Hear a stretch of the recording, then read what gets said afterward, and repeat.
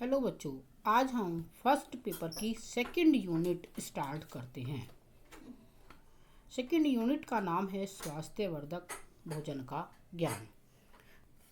सबसे पहले हम इसमें ये जानेंगे कि हमें भोजन की आवश्यकता क्यों होती है। हम मानव शरीर की तुलना एक इंजन से कर सकते हैं। इंजन जिस प्रकार से लगातार कार्य करता रहता है, उसके लिए हमें कोयला तथा पानी की आवश्यकता पड़ती है। ठीक उसी प्रकार मानव शरीर की है, बस शरीर को कोयले की जगह भोजन की आवश्यकता पड़ती है। मनुष्य को ही नहीं, प्रत्येक जीवधारी को किसी न किसी रूप में किसी न किसी प्रकार के भोजन की आवश्यकता होती है। भोजन हमको ऊर्जा प्रदान करता है। एक बहुत पुरानी कहावत है कि जैसा खाओगे अन्न वैसा बनेगा मन। अर्थात हम जैसा भोजन करते हैं वैसा ही हमारा मन होता है। गीता के 3 अध्याय में कहा गया है कि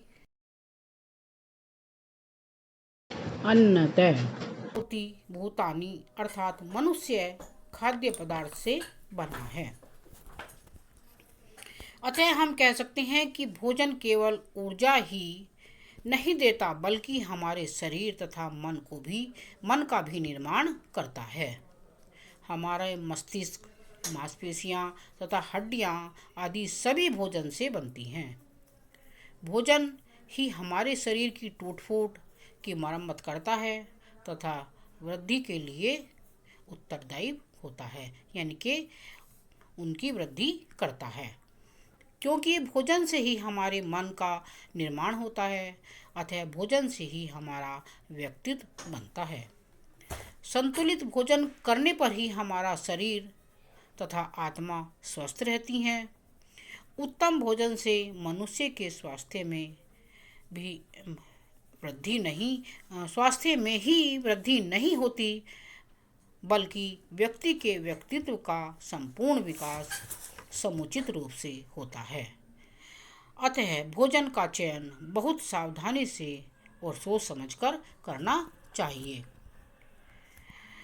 अब आता है भोजन का अभिप्राय।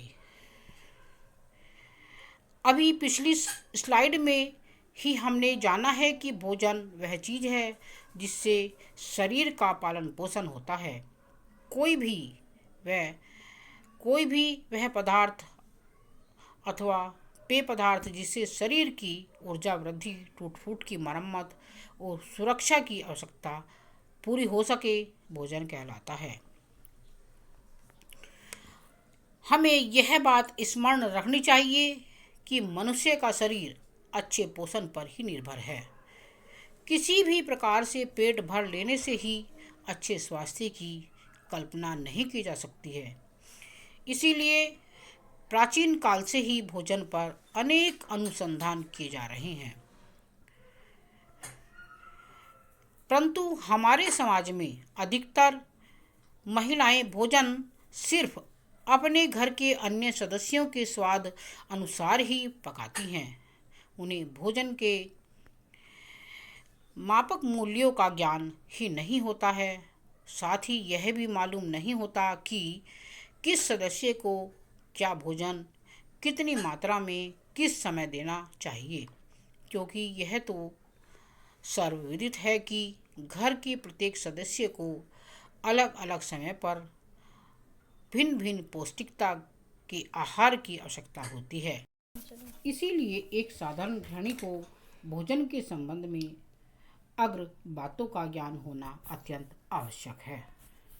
नंबर 1, भोजन के संतुलित होने के लिए आवश्यक पोषक तत्वों की प्राप्ति कैसे हो सकती है।